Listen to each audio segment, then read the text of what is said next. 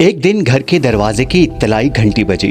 घंटी की आवाज सुनकर जब फरहान भाई दरवाजे पर गए तो सामने डाकिये को मौजूद पाया। डाकिये ने इनके हाथ में एक लिफाफा थमाया और उनसे एक पर्चे पर दस्तखत करवा कर चला गया। फरहान भाई ने दरवाजे पर खड़े खड़े ही लिफाफा खोला तो उसमें एयरफोर्स की जानिब से आने वाला इंटरव्यू लेटर था, जिसको पाकर फरहान भाई की खुशी का कोई ठिकाना न रहा। जल्द ही वो दिन भी आन पहुंचा जब फरहान भाई इंटरव्यू लेने वाली टीम के सामने मौजूद थे और उनके तमाम सवालों के दुरुस्त जवाब देकर खुद को एयरफोर्स में इंतखाब का अहल साबित कर दिया और टीम ने मेडिकल चेकअप कराने की हिदायत कर दी। फरहान भाई मेडिकल चेकअप के लिए CMH जा पहुंचे, जहां पहले से मेडिकल चेकअप के लिए आए हुए दीगर लड़कों के साथ बारी का इंतजार करने लगे। जल्द ही फरहान भाई का नंबर भी आ गया।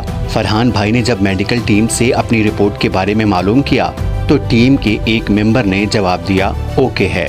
ये खबर फरहान भाई के लिए इंतहाई खुशी का बाइस थी, लिहाजा घर वापसी के लिए उन्होंने अपनी मोटरसाइकिल स्टार्ट की, क्योंकि वो अपनी खुशी में अपने घर वालों को भी शरीक करना चाहते थे कि चंद रोज में वो एयरफोर्स का हिस्सा बन जाएंगे और फिर तरबियत के मराहिल तय करके परिंदों की तरह आसमानों की वसतों में परवाज करते हुए वतन की पासबानी के फराइज अंजाम देंगे। वो घर वाली सड़क पर आए थे कि जंप आने पर उन्होंने मोटरसाइकिल की रफ्तार कम कर दी, मगर जंप के करीब किसी ने केले के छिलके फेंके हुए थे, जिनकी वजह से फरहान भाई की मोटरसाइकिल फिसल गई और सलेंसर वाला हिस्सा उनके पांव पर आ गिरा, जिसकी वजह से फरहान भाई बुरी तरह चिल्लाए।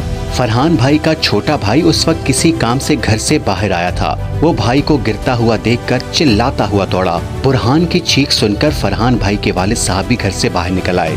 फरहान भाई के गिर्द एक हुजूम जमा हो चुका था।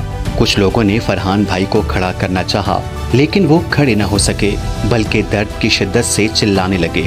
हुजूम में किसी शख्स ने पास से गुजरते हुए रिक्शा रोका और फरहान भाई को उसमें बिठा दिया। साथ ही बुरहान, उनके वालिद साहब और एक पड़ोसी भी जो फरहान के वालिद साहब के दोस्त थे सवार हो गए।